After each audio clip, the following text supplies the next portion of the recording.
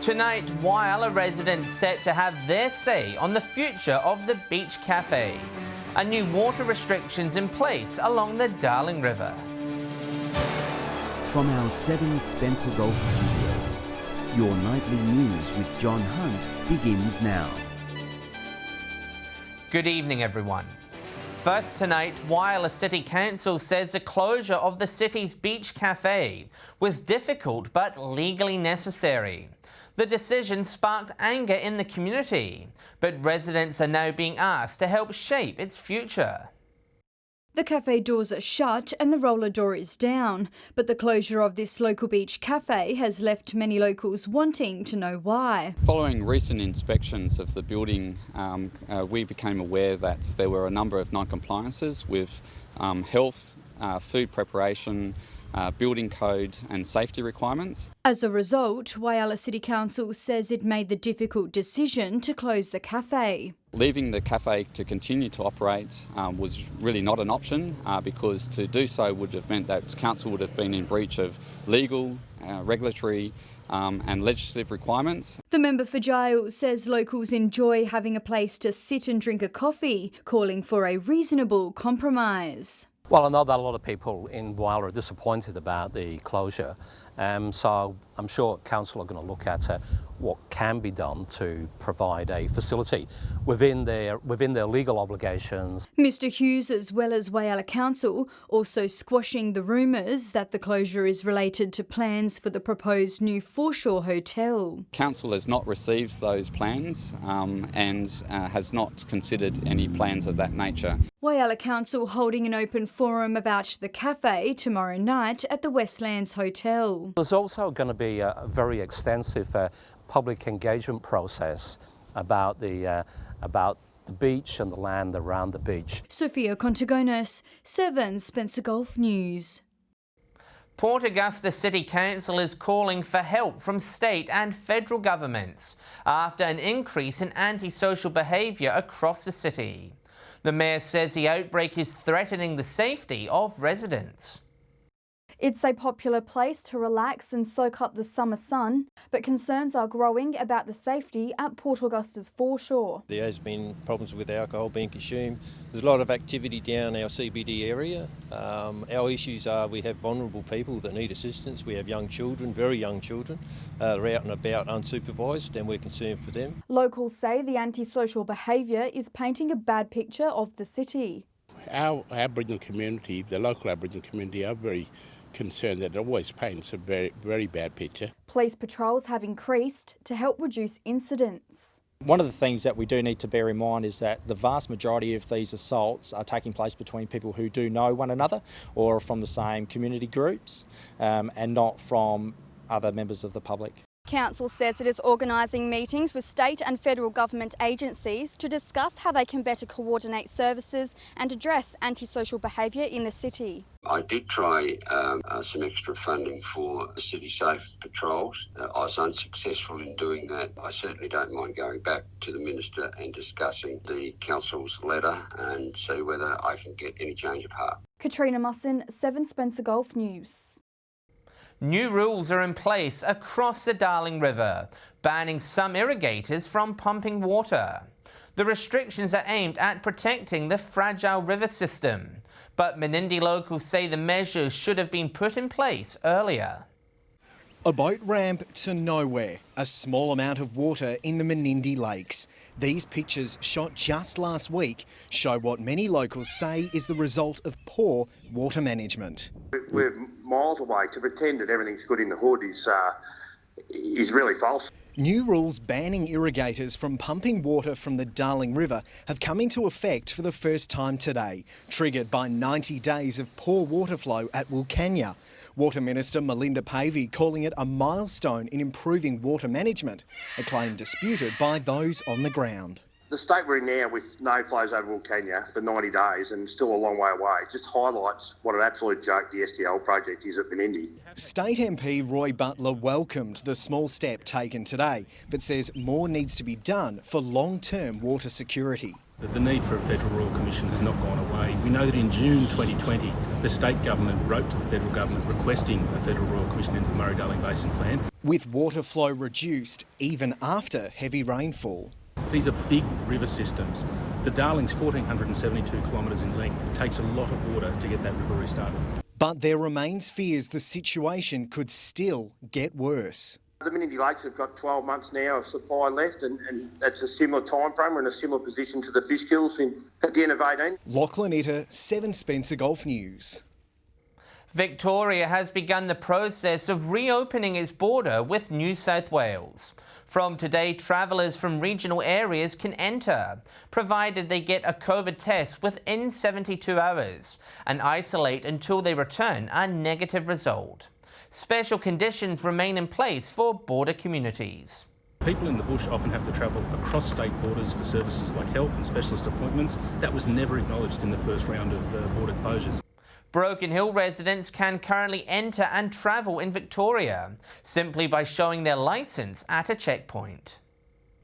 Still to come tonight, Whyalla police kept busy over the Christmas period, and Port Lincoln tourist operators booked out as visitors flood to the region.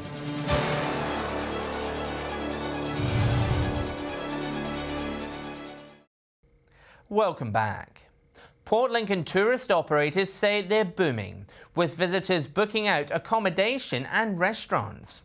Experts say it's not going to cool off anytime soon, as South Australians continue holidaying at home.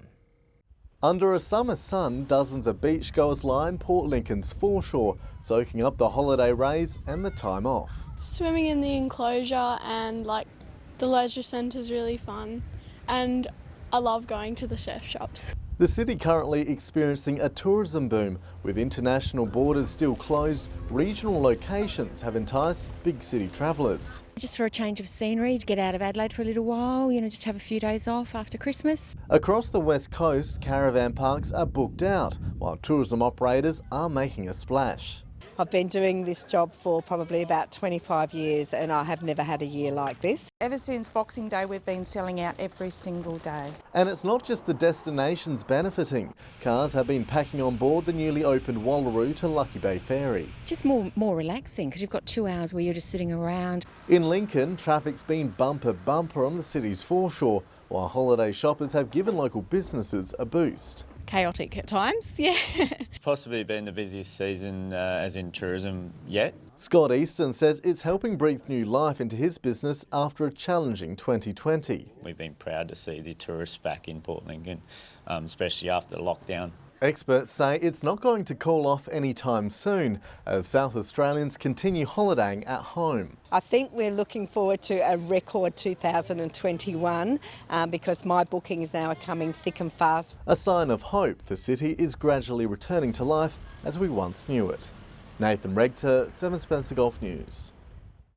Whyalla police say there's been an increase in crime over the festive season, with multiple thefts and break-ins reported. However, locals are being praised for complying with coronavirus restrictions. Sophia Contagonis has more. It was the festive surprise a McDowell Stewart Avenue business didn't need on Christmas Eve. A car drove into a shop front, causing significant damage, with CCTV capturing 2 men entering and stealing cash. There were some break-ins to houses, there were certainly some thefts, which we always experience, unfortunately, when we have a lot of tourists in town or coming through town. It's just one of the many incidents keeping police busy over the Christmas break. Officers also recently seized more than 100 cannabis plants from a Whyalla Stewart premises following investigations. The 46-year-old occupant was arrested and charged and will appear in court in February. Police say although there has been an increase in crime over the festive season, it's no more than the same time last year. Crime has probably been relatively low for 2020, but certainly over the Christmas New Year period it did increase. But amongst the break-ins and thefts, authorities were pleased with the response from locals following COVID-19 restrictions. The businesses around town have been excellent in regards to the restrictions and complying, and people have certainly been doing the right thing in regards to the amount of people at gatherings and what they do when they go out. Anyone with any information regarding break-ins and thefts is urged to call Crime Stoppers. The Mid-North is being scouted as a potential site for a revolutionary waste-to-energy technology project. Vortex Innovations' plans are supported by the member for Frome, who believes it could be a game-changer for the region.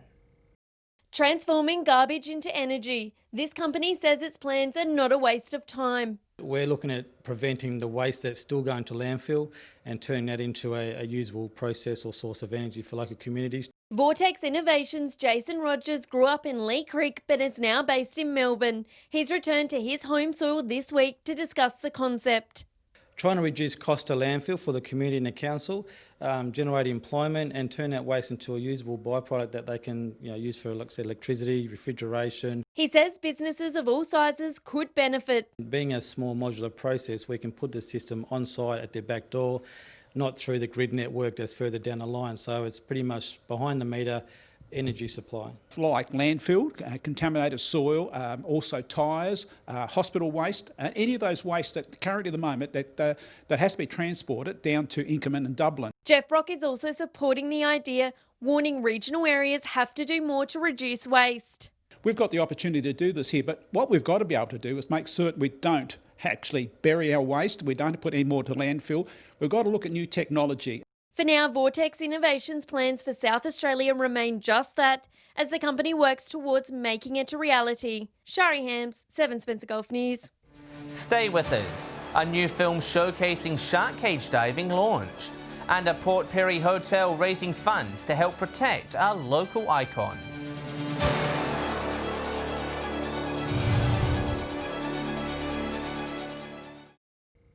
A new film which explores the world of shark cage diving has hit the screens, aiming to raise awareness about the predators of the deep. The short clip featuring tourism operators, giving an insight into the trip.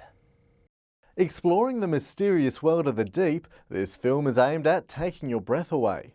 I'm so excited about this. This is the top of my bucket list, and now I've finally got the opportunity to fulfil it and swim with great white sharks. It's part of a new video capturing the unique experience of shark cage diving off the coast of Port Lincoln. They're huge, a whole lot bigger than I thought they were going to be. The film really gives viewers a taste of what to expect on the tour, like highlighting the amazing wildlife and nature-based experience they will get. But it's not just a promotional video for tourism operators, it's also raising awareness about sharks and the wider ecosystem. Thankfully, they have now been protected for about 20 years.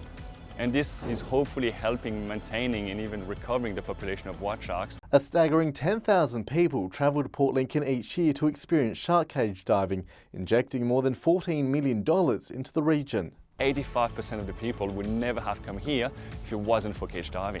The video also featuring filmmaker and conservationist Valerie Taylor, who the marine park is named after. I would like to see people enjoying themselves in the marine park. The whole goal of this really is to create ocean awareness and promote our marine parks. The video can be viewed through the National Parks and Wildlife Service Facebook page. Nathan Regter, 7 Spencer Gulf News.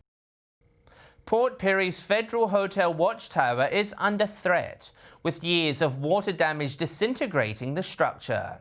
The owners have now launched a fundraiser in a desperate bid to save the community icon before it's too late.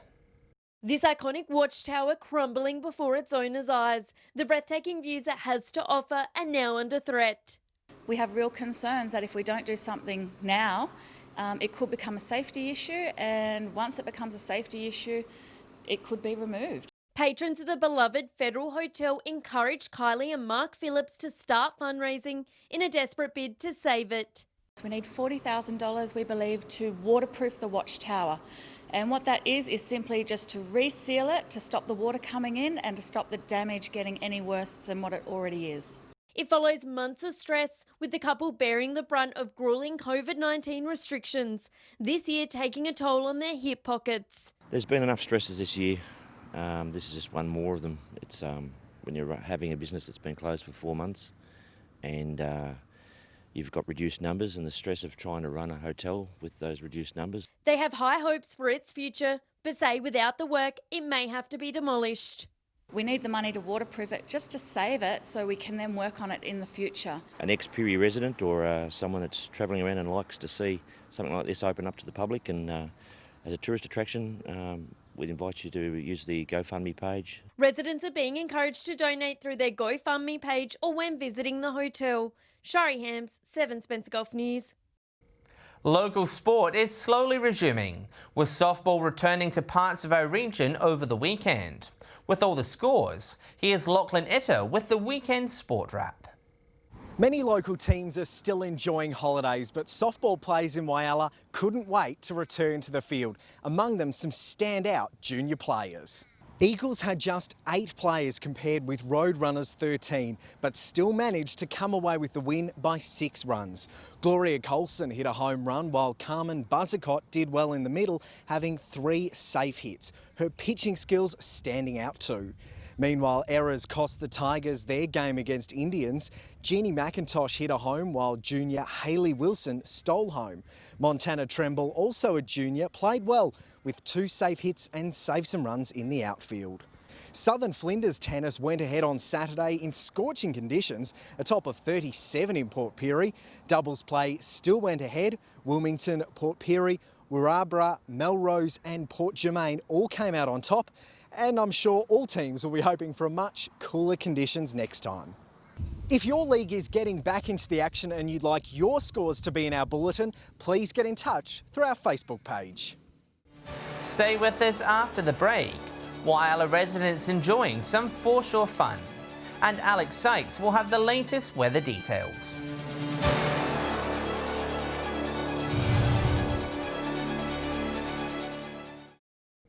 Hello again. Whyalla City Council has added some festive fun down at its local beachfront. A variety of rides, food and beverage vans are now operating along Whyalla's foreshore, attracting locals and tourists to the beach over the summer period. These activities will be running through the months of January and into February. Obviously we'll have curate different types of activities, so there will always be something new for people to come and experience.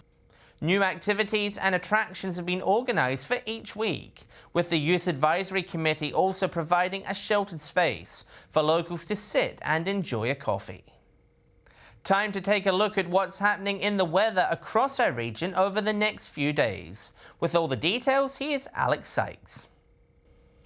Thanks, John. Conditions were mostly sunny across our beautiful region today. From 3 p.m, Port Augusta had a fine day with a top of 31, cloud clearing in Cleve and 24, and it was a hot one in Cooper Pedy with 38 degrees. Broken Hill sunny and 33, Woodner a top of 30, a degree warmer in Port Pirie with 31, Whyalla reached 25, 24 in Kadina, and Adelaide had a maximum of 27 degrees.